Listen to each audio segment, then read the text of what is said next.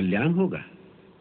परंतु इस बात का क्या भरोसा कि महाराज कंस को देखकर उनके करुणा का सागर लहराने लगे। हो सकता है क्रोध का सागर उमड़ पड़े और महाराज कंस को अकेला और निहत्था देखकर वो उन पर आक्रमण कर दे। इस बात का आश्वासन कौन देगा नारद मुनि? इसका आश्वासन स्वयं उन्होंने ही मुझे दिया है। मैं अभी उनके पास से ही आ रहा हूं। उन्होंने ये कहा है कि यदि कंस अपना अहंकार त्याग कर हमारी शरण में आ जाए तो हम उसे तत्काल क्षमा कर देंगे। बस अब सच्ची बात मुंह से निकली। महाराज कंस, बात समझ में आई? विष्णु ने आपसे समझौता करने के लिए नारद मुनि को दूत बनाकर आपके पास भेजा है और समझौते की शर्त यह है कि आप अपनी विशाल सेना, अपनी सारी शक्ति, अपने सारे अस्त्र शस्त्र सबका त्याग करके एक निरीह प्राणी की भांति सर झुकाकर और हाथ जोड़कर उनके दरबार में पहुंच जाएं, तब जाकर वो कहीं आपके भाग्य का निर्णय करेंगे। विष्णु की ये चाल तो हमारी समझ में आ गई महाराज बाणासुर, परंतु हम ये सोच रहे हैं कि ये चाल उसने इतने वर्षों के पश्चात आज ही क्यों चली, इससे पहले क्यों नहीं? इसका उत्तर स्पष्ट है महाराज। जो बात हम सोच रहे थे वही ठीक निकली। उसने बड़ी चालाकी से आज तक हमें इस भ्रम में रखा कि ये कृष्ण नाम का बालक ही हमारा असली शत्रु है। इसीलिए हमारा सारा ध्यान कृष्ण की ओर ही लगा रहा और असली शत्रु कहीं और छुपकर सुरक्षा से पलता रहा। परंतु अब जब हमें बुद्धि आ गई है कि हम असली शत्रु को ढूंढे तो वो डर गया है।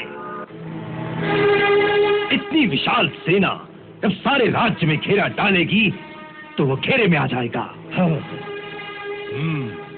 बस इसी डर से उसने नारद जी को सुलह समझौते की बात करने के लिए यहां भेजा है, परंतु बहुत ही गलत आदमी को भेजा है।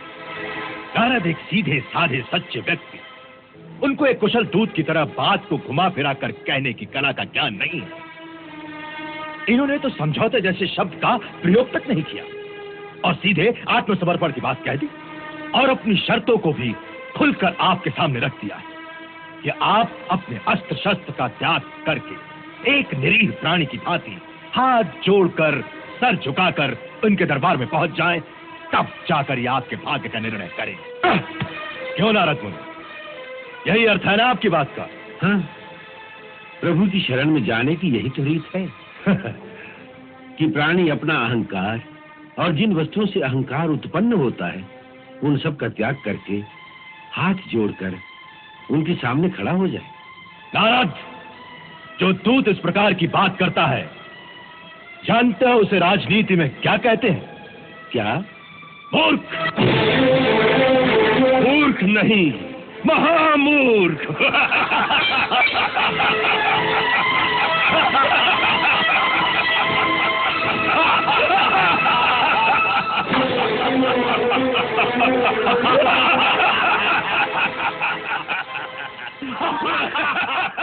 हमारे यहाँ कैसे जा रहे हो तो अपने मन में क्रोध मत लेकर जाना, केवल दया भाव ही लेकर जाना।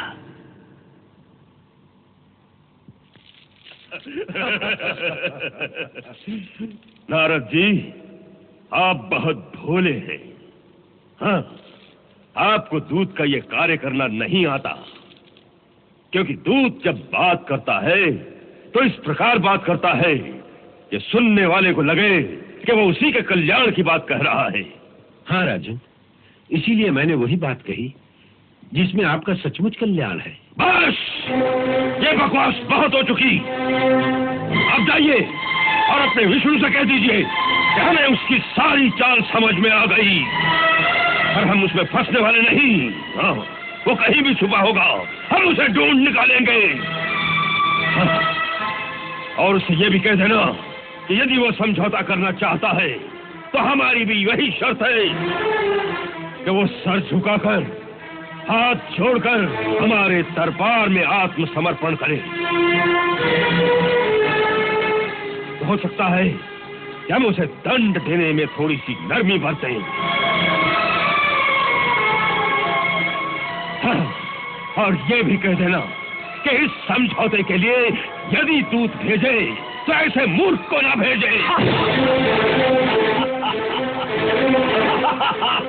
अब जाइए, जाइए। राजन, मुझे आप पर दया आती है। दया?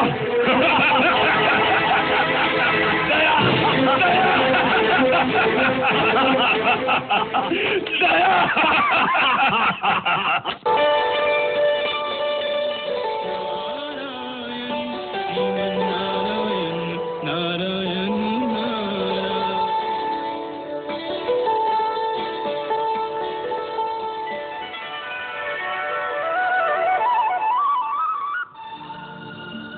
बहुत दुखी होकर आए हो भक्तराज।